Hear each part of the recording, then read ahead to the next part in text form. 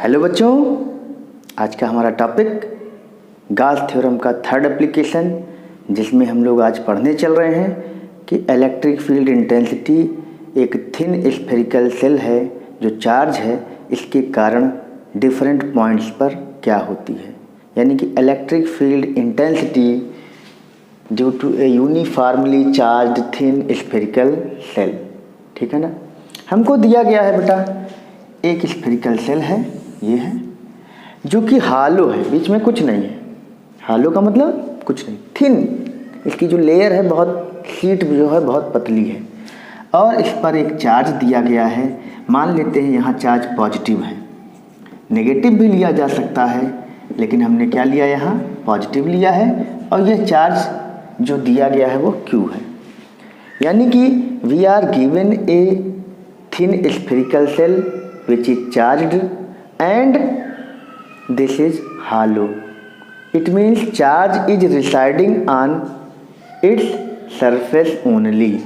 तो बताओ यहाँ पे कौन सी चार्ज डेंसिटी पाई जाएगी। यहाँ पर जो चार्ज डेंसिटी पाई जाएगी वो होगी सिग्मा। क्या होगी? क्योंकि चार्ज सरफेस पर बटा हुआ है, तो जब सरफेस पर चार्ज बटा होता है तो charge density surface charge density होती है। ठीक है। तो यहाँ पे सिग्मा होगा क्या, चार्ज तो क्यों दिया गया है, चार्ज अपान एरिया इस सरफेस चार्ज डेंसिटी। तो इसका एरिया क्या होगा, स्फीयर का एरिया बताओ क्या होता है। स्फीयर का एरिया होता है 4 पाई आर स्क्वायर, जहाँ आर क्या है, रेडियस है, किस चीज़ की, स्फीयर की। तो यहाँ पर हम मान लेते हैं कि ये हालो स्फीयर, जिसको स्फेरिकल सेल भी हम लोग कहते हैं, इसकी रेडियस आर है। तो चलो बेटा नोट्स बनाते हैं, लिखते हैं। Let us consider a thin spherical shell of radius R having charge Q is given. The surface charge density of this spherical shell is sigma. Okay, इसके बाद क्या लिखेंगे नेक्स्ट पैरा में, we have to find out the electric field intensity due to this charged spherical hollow sphere at different points at distance r। r distance पर different point पर हमें electric field की intensity को निकालना है। अब यहाँ पर केस फर्स्ट हो जाएगा। अब केस फर्स्ट हम लिखेंगे, if point P is outside. हमको दिया गया है कि इस पॉइंट P पर हमको क्या करना है, इलेक्ट्रिक फील्ड निकालना है। और यह इलेक्ट्रिक फील्ड अगर निकालना है तो इस पॉइंट P की जो दूरी है, वो पॉइंट P की जो दूरी है हम मान लेते हैं वो R है, ये स्मॉल r है। ठीक। अब इस R दूरी पर हमको इलेक्ट्रिक फील्ड निकालना है। तो R दूरी पर अगर इलेक्ट्रिक फील्ड निकालना है तो क्या इस पॉइंट से कोई, ये पॉइंट P क्या किसी ऐसे सरफेस पर है जो कि इस चार्ज को इनक्लोज कर रहा है। तो तुम जानते हो कि बिना हम गॉसियन सरफेस के या बिना इनक्लोज्ड सरफेस के गॉस की थ्योरम को अप्लाई नहीं कर सकते। तो अब यहाँ पर लिखेंगे हम लोग कि to determine the electric field intensity at point P at distance small r, we construct a Gaussian sphere, we construct a Gaussian sphere of radius small r। ठीक, बना लिया। Now we take a small area, now we take a small area vector ds at point P, the direction of which is outward, और at point P the electric field intensity will be also outward. Positive charge के कारण किसी point पर जो electric field intensity होती है वो outward होती है। तो E और ds के बीच का जो एंगल हो जाएगा वो कितना हो जाएगा, यहाँ 0 डिग्री। ठीक है ना। तो अब हम अपनी थ्योरी पे आते हैं कि अब केस फर्स्ट हम लिखेंगे कि अगर पॉइंट P क्या हो, आउटसाइड हो। तो आउटसाइड अगर होगा तो इसका मतलब क्या है कि ये जो R है वो ग्रेटर देन कैपिटल R है, ये जो स्मॉल r है वो क्या है, कैपिटल R से बड़ा है। ठीक। और जब स्मॉल r कैपिटल R से बड़ा है तब क्या होगा, देन फ्रॉम गॉस लॉ तो गॉस लॉ से क्या हो जाएगा, integration of vector E dot D S equal to Q by epsilon naught. तो ये हो जाएगा close integration of E D S cos 0 A dot B का फार्मूला लगा है vector A dot vector B equal to A B cos theta, तो E D S cos theta equal to Q by epsilon not. ये हो जाएगा ई cos 0 की value हो जाएगी, यहाँ cos 0 रहेगा, cos 0 की वैल्यू 1 हो जाएगी, और ई डी एस का इंटीग्रेशन हो जाएगा एस, तो ई इंटू एस हो जाएगा क्यू बाई एप्सिलॉन नॉट। अब बताओ एस क्या है, यह डी एस इस गॉसियन सरफेस का छोटा एरिया है। अब इस पूरे का एरिया अगर पूरा इंटीग्रेट होगा तो एस हो जाएगा, वो एस क्या होगा, 4 पाई स्मॉल आर स्क्वायर। क्यों होगा, क्योंकि ये स्मॉल आर वाले रेडियस का पार्ट है डी एस, इसलिए जब इसको एक्सपेंड करोगे तो ये पूरे का एरिया आएगा, वो भी इमेजिनरी गॉसियन स्फीयर का। तो ये हो जाएगा क्यू बाई एप्सिलॉन नॉट, तो ई इक्वल टू हो जाएगा Q upon 4 pi R square epsilon naught. ठीक है, अब अगर इसको फिर से अरेंज करो तो क्या लिख सकते हो इसको, E equal to 1/4 pi epsilon naught, एक साथ कर लो क्यू बाई आर स्क्वायर। तो ये E equal to 1/4 pi epsilon naught Q by R square, ठीक है ना।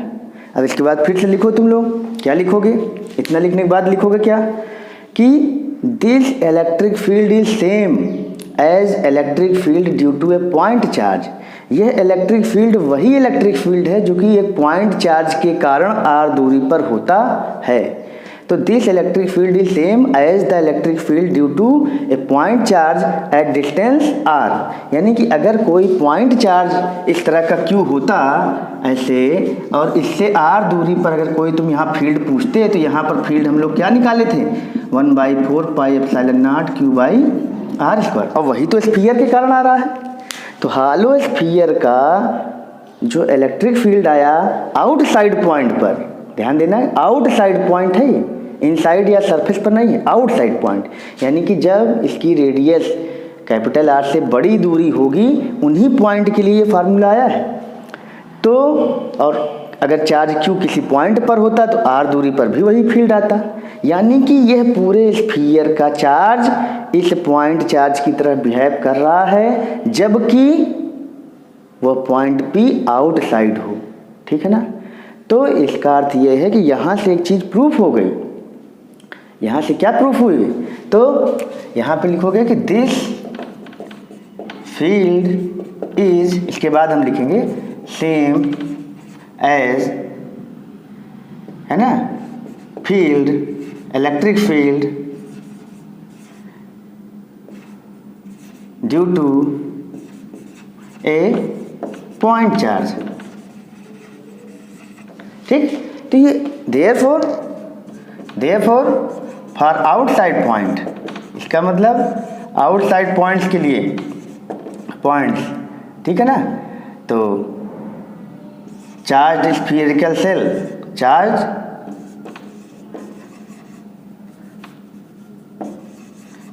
स्फीयरिकल सेल बिहेव्स एज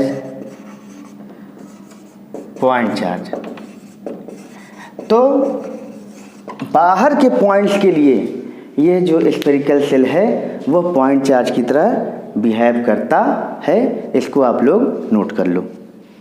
अब हम आगे बढ़ते हैं और इस फार्मूले का एक और फार्मूला आगे हम बढ़ाकर निकालते हैं। इतना आप लोग लिख लोगे, बहुत इंपॉर्टेंट है ये, इसको आप स्टॉप करके लिख लीजिएगा। अब अगर हम देखते हैं कि E इक्वल टू आ गया है, अब हम यहाँ पर Q की वैल्यू क्या लिख सकते हैं, putting Q equal to sigma into 4 pi capital R square. तो E इक्वल टू क्या हो जाएगा, 1/4 पाई एप्सिलॉन नॉट, यहाँ नीचे क्या आया था, आर स्क्वायर आया था, और यहाँ क्या आया था, Q, यहाँ Q आया था अभी, तो Q की जगह क्या रख देंगे, sigma into 4 pi R square. तो E इक्वल टू क्या हो गया, 4 पाई से 4 pi cancel, sigma by epsilon naught capital R square upon R square. तो ये इक्वेशन हमारा हो जाएगा 2, और जो यहाँ पीछे इक्वेशन आया था उसको कर लेंगे क्या 1। जो इसके पहले इक्वेशन आया था वो क्या आया था, तो यहाँ जो इक्वेशन आया था अभी आपका वो आया था 1/4 pi epsilon naught Q by R square. इस एक्सप्रेशन को हम लोग क्या कर देंगे 1। अब देखो 1 और 2 ये दोनों ही आउटसाइड पॉइंट P के लिए हैं। अब जब दोनों ही आउटसाइड पॉइंट के लिए हैं तो यहाँ से एक चीज़ निकल कर आ रही है कि E inversely proportional to R square, यानी कि बाहरी पॉइंट्स के लिए जो इलेक्ट्रिक फील्ड की वैल्यू है वो आर के स्क्वायर के इन्वर्सली प्रोपोर्शनल है, यानी कि ये इन्वर्स स्क्वायर लॉ को होल्ड कर रहा है ये इलेक्ट्रिक फील्ड। ठीक है ना। अब हम लोग थोड़ा से आगे बढ़ेंगे। अब अगर हमें यही पॉइंट दे दिया गया हो सरफेस पर, यही पॉइंट P कहाँ हो सरफेस पर, तो second case second, if point P is on the surface, इसको हटा दे रहे हैं। अगर सरफेस पर हो तब क्या हो, तो R equal to capital R, इसका मतलब that is R equal to capital R। Then putting in 1 and 2, putting in 1 and 2, चलो 1 में भी रख देते हैं और 2 में भी रख देते हैं, क्योंकि 1 और 2 एक ही एक्सप्रेशन के दो पार्ट हैं। यहाँ चार्ज और डिस्टेंस के रूप में है, यहाँ सरफेस चार्ज डेंसिटी और डिस्टेंस के रूप में फार्मूला है। दोनों फार्मूले एक ही पॉइंट के लिए हैं। अब 1 में रखोगे तो हम लोग क्या मिलेगा, जब 1 में रखोगे तो Q की जगह क्या, Q by capital R square हो जाएगा। अब यहाँ स्मॉल r की जगह क्या रखना है कैपिटल R, तो हमारा जब 1 में रखोगे तो ये E हो जाएगा E equal to 1/4 pi epsilon naught Q by capital R square. ठीक है ना, ये 1 से आ जाएगा। एंड जब 2 में रखोगे तब क्या हो जाएगा, E equal to sigma by epsilon naught capital R square upon यहाँ भी कैपिटल R स्क्वायर, दोनों कट गया। तो बताओ E इक्वल टू क्या आ गया, सिग्मा बाई एप्सिलॉन नॉट आ गया। इस तरह से हम लोग देख रहे हैं कि ये दोनों फार्मूला हमारा सरफेस के लिए हो गया।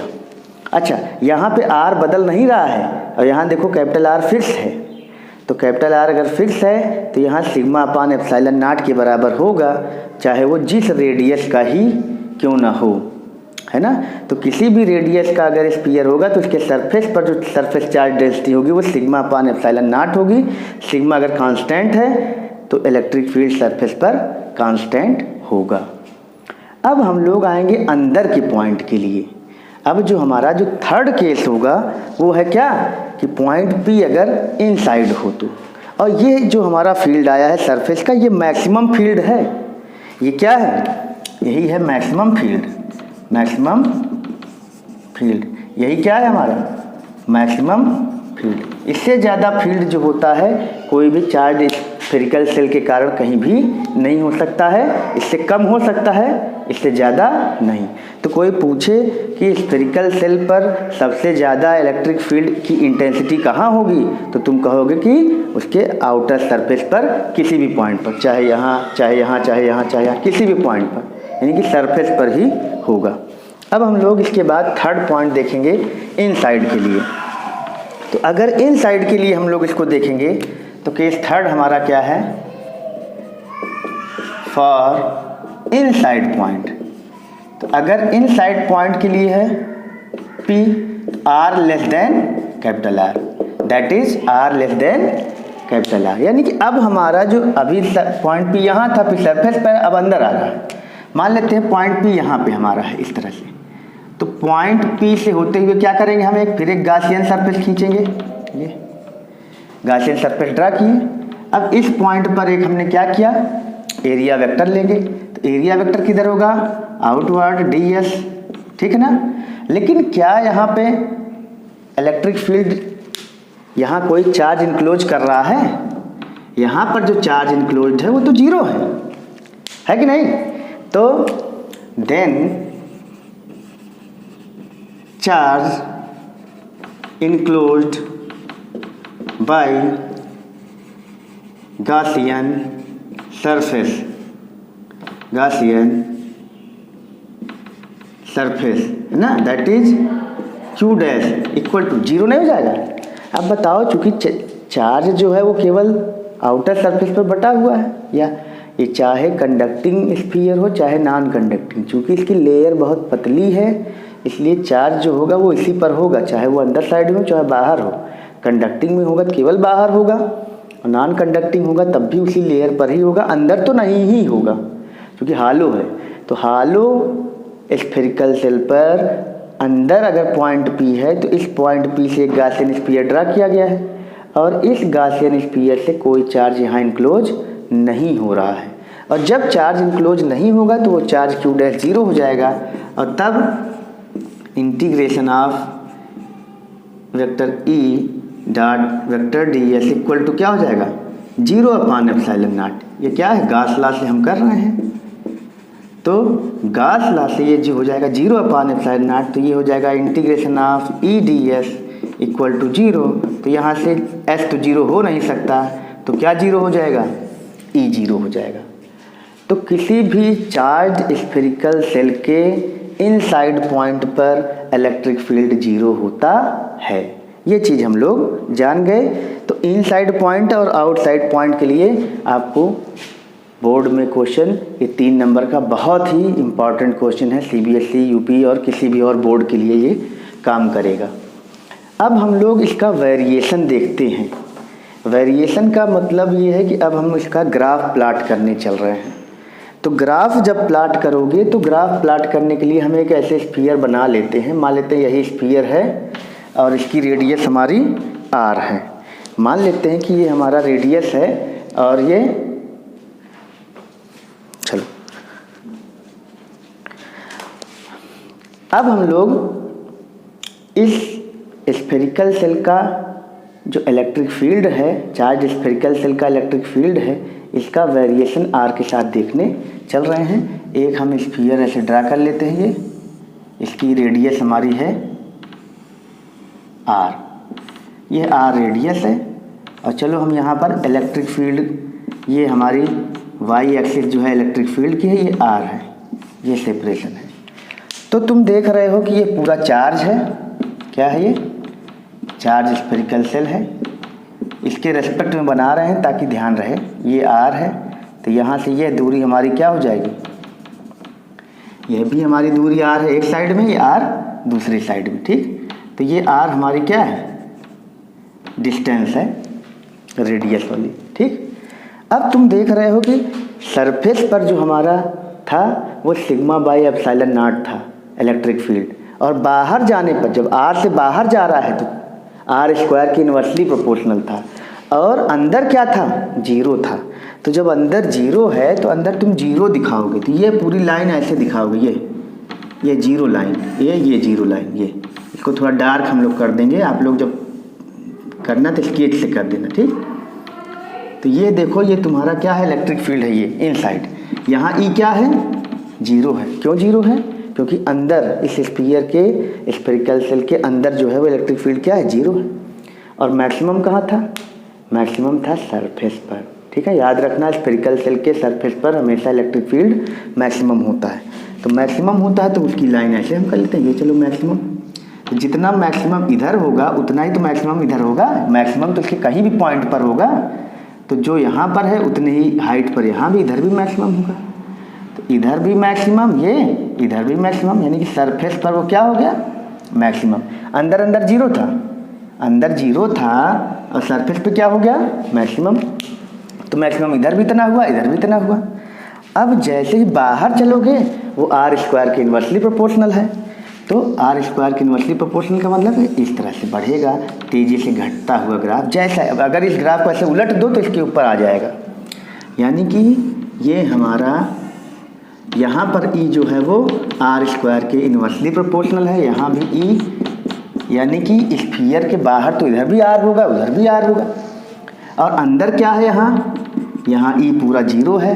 यहाँ सरफेस पर इस पॉइंट पर यहाँ पर जो e है वो है σ/ε0, यही क्या है, मैक्सिमम है। यहाँ पर भी e वही है, σ/ε0, यही क्या है, मैक्सिमम है, ठीक। तो इस तरह से ये हमारा ग्राफ हो गया, ये बहुत इंपॉर्टेंट ग्राफ है, ठीक है ना। तो इस ग्राफ को आप याद रखिए, अंदर इलेक्ट्रिक फील्ड 0, सरफेस पर मैक्सिमम और बाहर जाने पर दूरी के स्क्वायर के इन्वर्सली प्रोपोर्शनल होता है। तो ये आज का लेक्चर है। अगले लेक्चर में हम लोग पढ़ेंगे बेटा कि सॉलिड स्फीयर अगर है और चार्ज है, ठीक है ना, नॉन कंडक्टिंग सॉलिड स्फीयर के कारण इलेक्ट्रिक फील्ड की इंटेंसिटी को स्फीयर के बाहर, स्फीयर के सरफेस पर और स्फीयर के अंदर हम लोग निकालना अगले लेक्चर में देखेंगे। That's all for today.